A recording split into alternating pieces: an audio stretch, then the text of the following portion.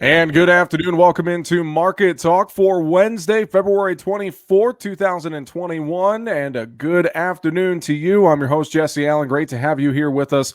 MarketTalkAg.com. That is our home on the web, MarketTalkAg.com. Find us Facebook, Twitter, Instagram. It's all at Market Talk Ag, our great radio affiliates. You can find a list of them on our website as well. And of course, links to all of our streaming platforms that we are on, including iHeartRadio, Apple Podcasts, Spotify, YouTube, and much, much more. You can watch the video and audio version, of course, on YouTube and on our website, and listen to the audio version on any of those streaming sources I mentioned, along with many others. We got a lot to talk about here today with the grain markets and livestock, an update across the board. And here to join us and talk about all of it, our good friend Mike Zuzolo with Global Commodity Analytics joins us. And Mike, good afternoon. And I think we broke the curse. You and I get to talk about higher prices again today, Mike. It is an upturn on a Wednesday. You know, the viewer and listener didn't realize that last week we did it on a Thursday on purpose, Jesse, just to break the curse. And we did. We had a risk on Wednesday, the first one probably in 3 months or since we've been doing our show together. Big deal, I think, was the housing numbers. And, it's hard in a commodity program to talk about housing numbers and try and connect the dots to say that's part of the risk on trade that we saw, this risk on Wednesday, as I would call it. But I do think that the market is in search of inflationary data. We've had a lot of Fed speak. The Federal Reserve Chairman has been in front of the Senate yesterday, in front of the House today. A lot of people talking inflation. The Texas natural disaster that's turned into an economic disaster we touched on last week, that too is starting to create a lot of inflationary pressures. And we saw it in the weekly energy data with some of the lowest refinery numbers as far as capacity utilization that we've seen in many, many years. We dipped below 70% refining capacity in this last week's data by Department of Energy. But then, as I said, housing starts kind of kicked off the inflationary bug today, and we saw a really nice, I think, 4.3% increase in January. They revised December from about 1% to over, I believe it was, a 5.5% increase in December housing starts. So when you start talking houses and then that kind of thing, you start thinking the jobs are secure. You think wages maybe will start to at least firm, if not increase. And I think that really was the genesis of why we were able to find so much follow-through buying in the markets, along with some sort of supply-demand features. Definitely. And I think all those housing numbers, and you throw in some of the other numbers we got today, including ethanol. We saw, I know the Dow turned aggressively higher here around midday after those housing numbers came out. We got a few different things in the marketplace. The bullish weather from South America, a lot of things really fueled this market today. And I think let's break this down. Let's start first. Let's start with the corn side. That ethanol report, we expected it to drop lower. It did. And I saw somebody say maybe the biggest drop on record. I don't know if that's accurate or not, but I mean, corn held up pretty nicely today. Some moderate strength there. You look out some of those new crop contracts. Corn really looked strong today. Not as strong as beans and wheat, but still a very solid day in corn. Yeah, I mean, this is where I think the story, other than the ethanol, and I'll hit that real briefly, but the 28% drop in production probably was near a record for 1 week. It is very hard to slap a 30-year production down in 1 week, but it made sense given that we have these natural gas issues from what happened in the South and in the high plains all the way down to the Southern plains. And what we're finding out at this point is that gas heads, wellheads, natural gas wellheads physically froze shut. They may be damaged to the point where we've got to come in and change those out so that they work again. That could take weeks. We're also finding out here in Kansas, even as far north as Nebraska, and certainly us here in Kansas, we're part of kind of a consortium for the natural gas supplies. And I am hearing out of media people in Topeka and Wichita and Kansas City that this natural gas price spike we saw as a result of these wellheads getting frozen, a person that paid $100 in heating bills last month could be up to $2,500 this coming month. That type of price explosion in terms of your bills is a cost push inflation. It's not the good kind of inflation, but right now the market doesn't care about it. And that's something to really hold on to as we go down the pike here the next couple, 3 months. This is the type of inflation that makes me nervous as we get into planting and post-planting, because it's not that demand-led, demand pull inflation as the old timers used to call it. But going back to the corn and kind of moving away from the ethanol side of the equation, I think the real story in corn continues to be South America. We've heard a lot about the soybean harvest being delayed, quality issues being an issue, but the real story to me is that second crop corn is not getting in the ground. At the pace they're at right now, Jesse, they probably won't make 50% complete as we get into the first week of March next week, and in the end of the first week of March, when they should be 100% done. I would be surprised to see them get 50% done, because Mato Grosso is the Safrina corn province to really watch. It's the big kahuna when it comes to that second crop corn. And it is getting rain after rain after rain, and there's more on tap for the next 5 days. So corn really, to me, is the sleeper still. It looks the best technically. It has the strongest support underneath it.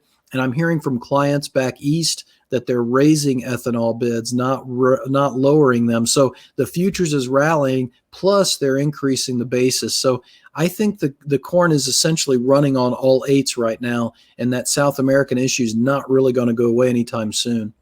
Now, we've talked about this quite a bit on the show, and I've been hearing more and more from people really kind of sounding the horn that if you're looking at doing any marketing, whether you have some old crop corn still left or if you're looking most likely into new crop, to get some protection underneath you and set a floor with where this market is at right now. Would you agree with that?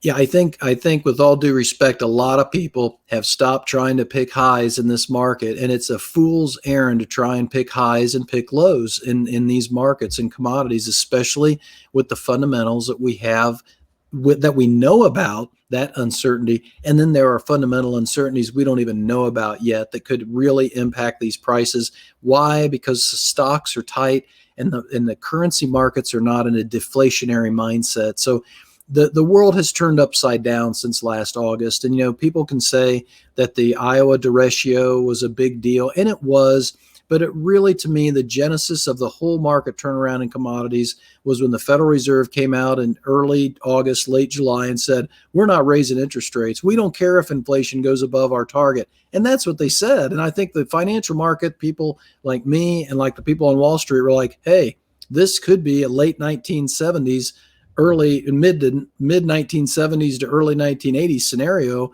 where this cost push inflation could really do some damage. Real assets are something I should probably get a hold of.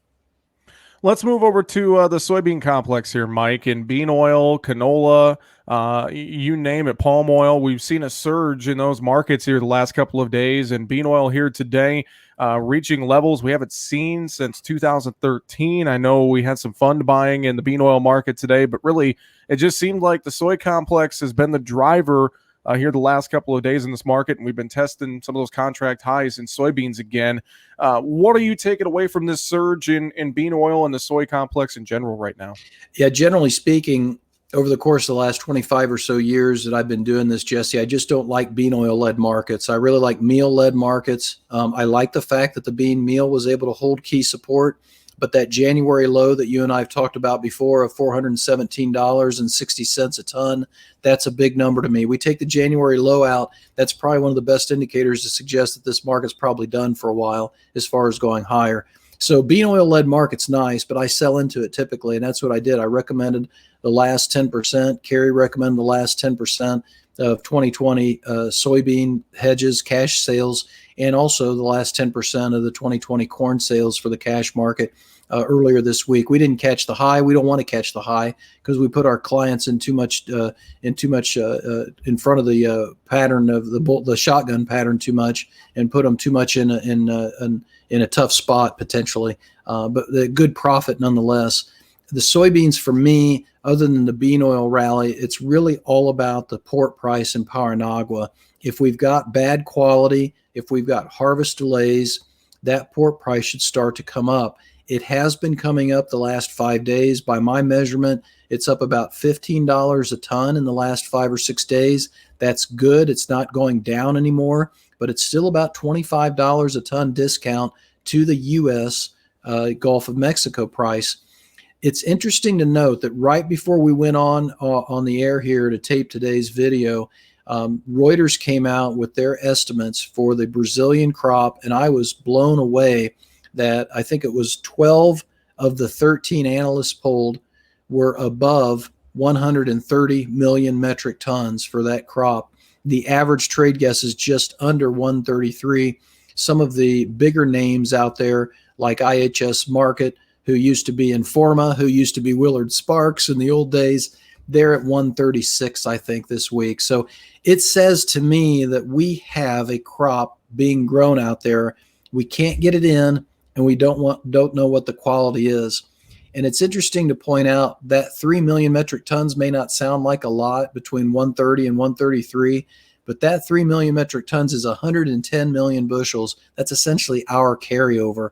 So the job of the U.S. soybean market now, especially with March futures going into delivery, is if that Port Paranagua port price continues to go higher, our job is to ration demand, to not let any more beans out the door, because it's more likely that we have less than a 133 crop, but it's closer to what my estimate is, probably 129.5 to 130. That's where my estimate is. So I think we're in a true demand rationing mindset again, as long as we stay delayed in harvest down there. And that Paranagua price really is everything to me, as long as that meal holds its technical support. Meal is the key to the funds.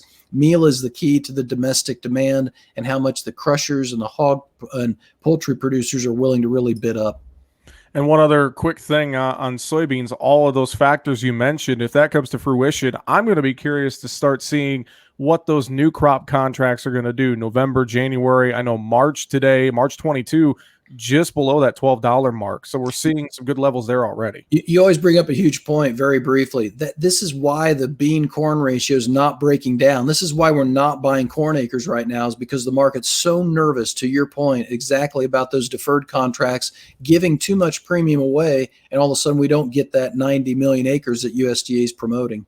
Yeah, definitely something to watch there. On the wheat side of the equation, real briefly, it seemed like wheat today pushed higher just with some of that cold Russian weather and some of the spillover from row crops. Is that what you saw today? Yeah, and I think we finally came around and looked at these crop conditions. I was shocked, and I had some Illinois clients send me some pictures after the Monday afternoon crop conditions update that USDA gave us on a monthly basis right now, soon to be weekly basis once we break dormancy. But I can tell you, I've told you how our crop has been and been hit and in really tough spot, and as we warm up, and it looks like we're going to be dry the next 7 to 10 days. So we may break dormancy by the time we get to mid-March at this stage of the game.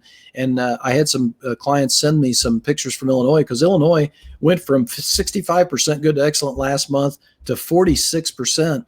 And Kentucky was right there with them, not nearly as low, but still a 14-point drop in 1 month. So I thought that the bad crop was in the hard red wheat belt. Well, it is, but we've not got a great crop in the soft red wheat belt. And then you look at the winter wheat, like the white wheat up in North Dakota, they're good to excellent 16%. And they were at 83% a year ago. So I still think this wheat market's got a weather premium that's not been satisfied yet. And I've been talking to clients about, don't be shocked to see July hard red futures hit about $7.50 a bushel under the circumstances and conditions we're in right now, especially if that dollar doesn't come in and mess with us. And I wonder as well, if some acres go away from wheat here this spring to corn and beans, that could help drive that price even a little bit higher as well, Mike. We're already there, I think, Jesse, just because of the condition of the crop, especially west of Hutchinson, Kansas. I had another client over the weekend take a crop tour out into west central Kansas, and he validated what I had been told, and pictures have been sent to me out in that Palco, Hayes, Zurich area towards the Colorado border. It's not a good crop, and I think we are going to lose some winter wheat acres, especially hard red wheat acres. Let's switch over to livestock. I'm going to save cattle here for the end. I know you are a cattle guy and like to talk about that a lot, have a lot of knowledge there, but I want to start with hogs. Man, oh man, Mike, this hog market just does not show any signs of slowing down. A huge move today, up 3 in that April contract, 89.42. I mean, we're pushing 90 on all of these contracts now. In these front months. This is just, I'm blown away with what's going on in the hog market right now. Well, and this is the funds, and that's why when you feel blown away, it's usually the funds and the investors plugging it. And I think that's where we're at. We're at the pork and bean trade is back on. The funds are buying hogs, buying and beans as well. Bloomberg broke a story earlier this week, Jesse. I think it meant a lot to the market. They broke the story about what we've been talking about, where the Chinese ASF is not going away. And that just says to the market, why did they release 20,000 metric tons of pork out of their reserves this week? Because they needed it. And because although the pork prices dropped a little bit, they're nervous it's going to spike again because we're coming back from Lunar New Year holiday. And they know that their production cycle is a little bit wobbly here. And they're probably not going to get a lot of animals until summer or late summer, early fall. So I think that's where the fundamentals are a material piece of the puzzle here. But I think the vast majority is the pork and bean trade and the fund investment. I think the cold storage numbers said a lot with we saw a buildup versus last month, but we're still down 26% versus last year. So it makes sense why, similar to the grains, any fundamental news, get any risk on trade news and inflation, hogs are a good bet. And I think that's where I still like being hedged in that mid 90s, 96, 97 area, getting up to that level in the June and July contract. I think it's kind of like $5.50 corn. Why wouldn't you hedge that every time you get up there over the course of the 20-year time period? You're going to come out well and you're going to be profitable. And that's all that counts at the end of the day. Yeah, and that's a great point that it just seems like there is a lot of profit to be had here. And who knows? We don't know when the bottom could fall out of this hog market as well. I mean, it doesn't show any signs of doing it right now, but it's very possible it could happen. No, and that's where the hedger doesn't want it to. That's where the hedger and the speculator psychology of trading or risk managing, it's night and day, because you would love to lock it. I'd love to lock in a $90 put floor, get a $92 put for $2, lock in a $90 floor and say, who cares what happens? That to me is the ideal way to produce corn and raise animals. Yeah. Let's move to cattle, Mike. This cattle market, we struggled last week with the weather issues. We figured that. Starting to see a little bit of trade trickle into feedlot country here today. I know those feeders were up strong today, even with the modest move higher in the corn market. Fat cattle weren't too far behind. What's some takeaways you have with this cattle market right now? There's a couple of things that I think have breathed some fresh air into the cattle market here, Jesse. I think the biggest thing was we are finding out how bad the Texas situation was in the cattle market because of the prices that we're seeing. And when I saw the Fed Cattle Exchange go 114.25 today in Texas for fed steers in a decent quantity, it said to me that these people are hurting and the buyers are willing to bid up, especially if Hedger's Edge's numbers are right about the beef margins being at $400 a head. The packers are bidding up now because they realize there's a limited supply coming out of certain states like Texas and Oklahoma for lack of a better reason. The other thing that really turned around this week that you and I've talked about is the stock market and the equities markets. People have to realize that on a 12-week running basis, lead month fat cattle and the S&P 500 have almost a 90% positive relationship with one another. They feed upon each other, in other words, and they track each other very, very closely. And it makes sense right now between the risk-on inflationary mindset and also the wealth effect. So at the producer level and at the beginning of the supply chain level, I think you've got some supportive news that at an investor level, we support this market as well. What I'm still worried about is the retail side. The National Restaurant Association came out this week with some new reports of the family dining and casual dining. Off-site sales made up less than 20% of what they used to get on-site or on premises for their gross revenue. Less than 20%. Well, I've been under the impression, I think the market's been under the impression, this offsite business has really helped the restaurants become viable again. It's not that. I think it's the PPP and some of the loans that they've been able to get just to survive. They're not making nearly what they need to make to be able to survive the circumstances. So we better open up pretty quickly is the answer in my mind. The other thing that really bothers me on the retail side is we continue to see USDA show the retail beef index really weak. grocery stores are not featuring like they should, and pork and chicken continue to win out. So is April fat cattle at 122 today justified? Yeah, more than it was last week. I admit that. But is April 124, 125 still a good sale? And is June sales, where we talked about last week, still a good price to hedge? Yeah, I really think it is. One other thing I'd like to ask you about, Mike, here before we wrap it up for today. Crude oil shooting up, gas prices going up right now. A lot of that probably has to do with the Texas situation. But looking at that side of things, how much is that playing into our grain markets and livestock right now? I talked to a really good client today that gave me some anhydrous prices, potash prices. I was blown away by the potash price. One bid was $350 a ton. The other bid was $395 a ton. That's about $100 to $150 more than you should be paying right now. And it really goes back to this cost push inflation that I started out the program with, Jesse. We aren't going to make nearly as much money on an inflation adjusted basis with these kind of input prices and input costs. And so I still stand there and say to myself, it's going to be hard to get 92 million corn acres unless we get closer to $5 in D's corn. If the Nove beans can be above $12 and running 12 and a quarter, makes no sense to me as a producer unless I'm doing rotation and I already had my field work done and already had my anhydrous bought last fall, why I would be pushing corn acres right now. So I think that story's still not one that we've written the final chapter on.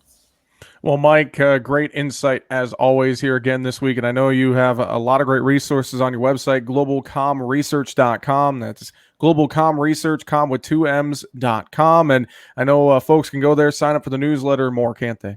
Yes, and I'm going to start. I'm working on a welcome video because our new branch manager in Nashville, Kerry Heidish, is on board. He's going to start blog posting on the website, so you're going to get even more information than before. So appreciate you having me, Jesse. Of course, anytime. Mike Zuzolo with Global Commodity Analytics, our guest today here on Market Talk. Again, find him online, globalcomresearch.com. Find us online, markettalkag.com, on Facebook, Twitter, Instagram as well. It's all at Market Talk Ag. This has been the Wednesday, February 24th edition of Market Talk. I'm your host, Jesse Allen, wishing you a great afternoon.